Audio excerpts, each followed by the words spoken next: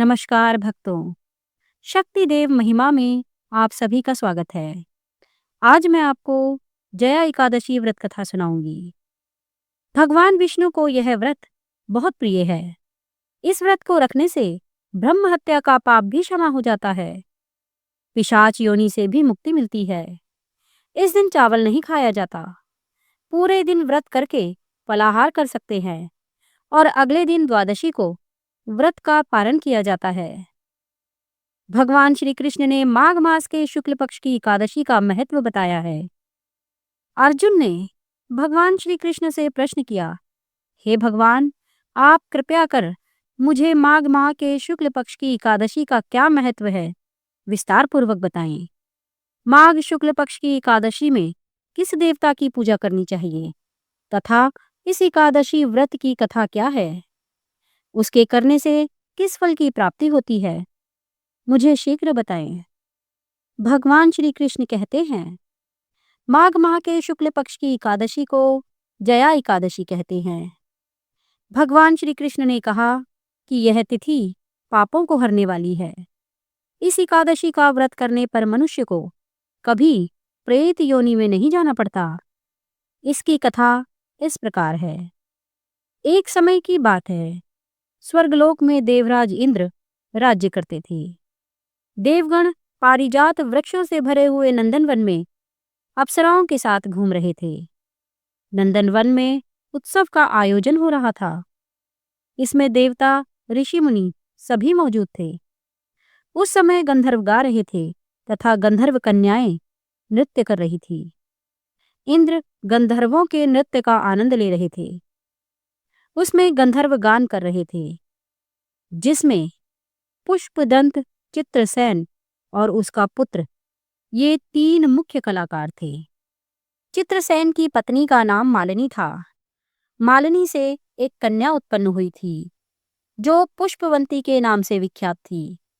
पुष्पदंत गंधर्व के एक पुत्र था, जिसको लोग माल्यवान कहते थे। माल्यवान पुष्पवंती के रूप पर अत्यंत मोहित था। ये दोनों भी इंद्र के लिए नृत्य करने आए थे। इन दोनों का गान हो रहा था। इनके साथ अप्सराएं भी थी। परस्पर अनुराग के कारण ये दोनों मोह में बह गए।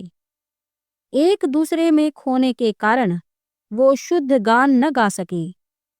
कभी ताल भंग हो जाता और कभी गीत बंद हो जाता। इंद्र ने इस पर विचार किया और इसमें अपना अपमान समझकर वे क्रोधित हो गए।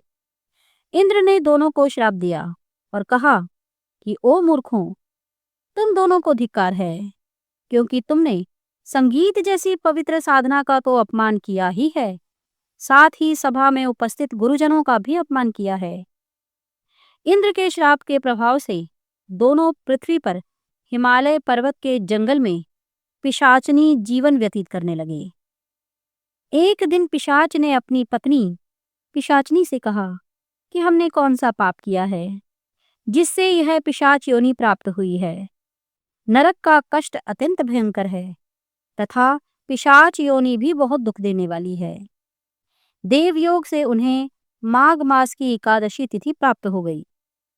उस दिन उन दोनों ने सब प्रकार के आहार त्याग दिए, जलपान तक नहीं किया, किसी जीव की हिंसा नहीं की, यहाँ तक कि फल भी नहीं खाया। इससे दुखी होकर वो दोनों एक पीपल के पेड़ के पास बैठ गए। सूर्यास्त हो गया, उन्हें नींद नहीं आई। वे रति या और कोई सुख भी नहीं पा सके। सूर्योदय हुआ, द्वादशी का दिन आया। उन पिशाचों के द्वारा जया के उत्तम व्रत का पालन हो गया। उन्होंने रात में जागरण भी किया था। उस व्रत के प्रभाव से तथा भगवान विष्णु की कृपा से उन दोनों की पिशाचता दूर हो गई। पुष्पवती और माल्यवान अपने पूर्व रूप में आ गए। वे दोनों मनोहर रूप धारण करके विमान पर बैठ और स्वर्गलोक में चले गए। वहां देवराज इंद्र के सामने जाकर दोनों ने बड़ी प्रसन्नता के साथ उन्हें प्रणाम किया। माल्यवान ने बताया कि भगवान वासुदेव की कृपा और जया एकादशी व्रत से हमारी पिशाचता दूर हुई है। इंद्र ने कहा, अब तुम दोनों मेरे कहने से सुधा पान करो। जो लोग एकादशी व्रत में तत्पर और भगवान श्री कृष्ण के शरणागत होते हैं, वे हमारे भी पूजनीय हैं। भगवान श्री कृष्ण कहते हैं कि इसलिए सभी को एकादशी का व्रत करना चाहिए। यह व्रत ब्रह्म हत्या का पाप भी दूर करने वाली है। इस महात्म्य के पढ़ने और सुनने से अग्निष्टोम यज्ञ का फल प्राप्त होता है। इस प्रकार एकादशी व्रत करने से सभी का जीवन उत्तम होता है। जया एकादशी का व्रत सभी प्रकार की बाधाओं को दूर करके शत्रुओं पर विजय दिलाता है।